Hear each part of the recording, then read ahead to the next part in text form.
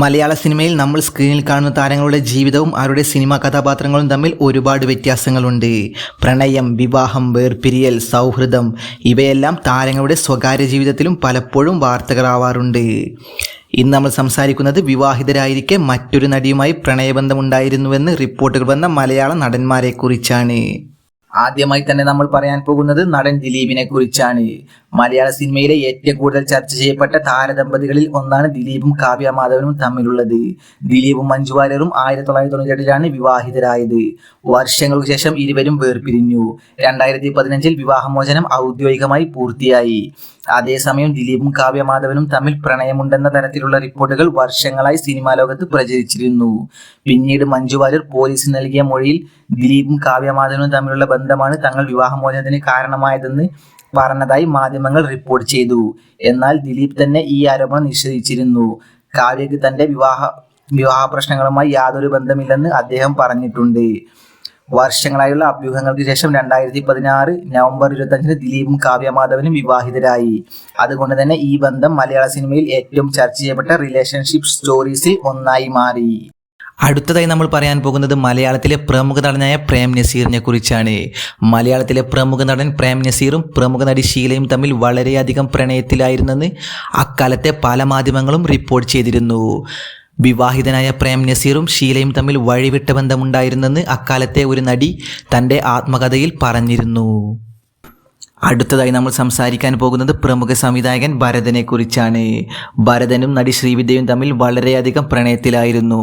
എന്നാൽ പിന്നീട് ഭരതൻ KPSC ലളിതയെ വിവാഹം കഴിക്കുകയായിരുന്നു.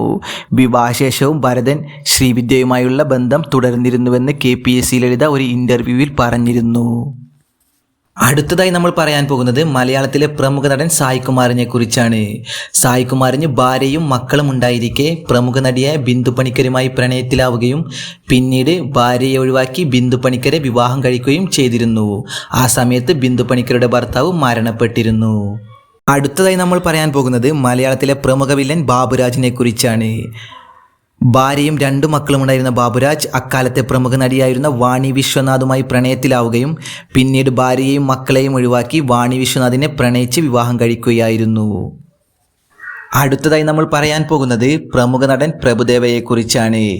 ഭാര്യയും മക്കളും ഉണ്ടായിരുന്ന പ്രഭുദേവൻ ഇന്ത്യൻ സിനിമയിലെ പ്രമുഖ നടിയായ നയൻതാരയുമായി പ്രണയത്തിലാവുകയും പിന്നീട് ഇരുവരും വിവാഹം കഴിക്കാൻ തീരുമാനിക്കുകയും ചെയ്തിരുന്നു. എന്നാൽ പല കാരണങ്ങളാൽ ഇരുവരും തമ്മിൽ വേർപിരിയുകയായിരുന്നു. നയൻതാരയും പ്രഭുദേവയുമായുള്ള ബന്ധം കാരണമാണ് പ്രഭുദേവയും ഭാര്യയും തമ്മിൽ ഡിവോഴ്സായത്. അടുത്തതായി നമ്മൾ പറയാൻ പോകുന്നത് പ്രമുഖ നടൻ സുരേഷ് ഗോപിയെക്കുറിച്ചാണ്. മലയാളത്തിലെ സൂപ്പർ സ്റ്റാറായ സുരേഷ് ഗോപി വിവാഹം കഴിഞ്ഞ് വർഷങ്ങൾക്കു ശേഷം പ്രമുഖ നടിയായ മമത മോഹൻദാസുമായി പ്രണയത്തിലായിരുന്നുവെന്ന് പ്രമുഖ സംവിധായകർ തങ്ങളുടെ പല അഭിമുഖങ്ങളിലും പറഞ്ഞിട്ടുണ്ട്. ലങ്ക എന്ന സിനിമയുടെ സെറ്റിൽ വെച്ചാണ് ഇരുവരും തമ്മിൽ പ്രണയത്തിലായെന്ന വാർത്തകളും പുറത്തു വന്നിരുന്നു.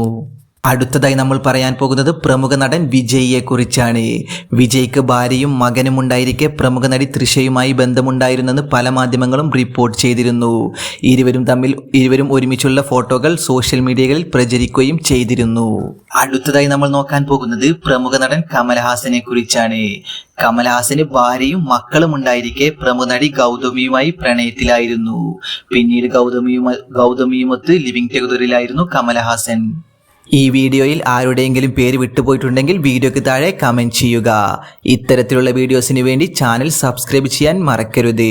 വീഡിയോ ഇഷ്ടപ്പെട്ടാൽ ലൈക്കും ഷെയറും ചെയ്യുക. Thanks for watching.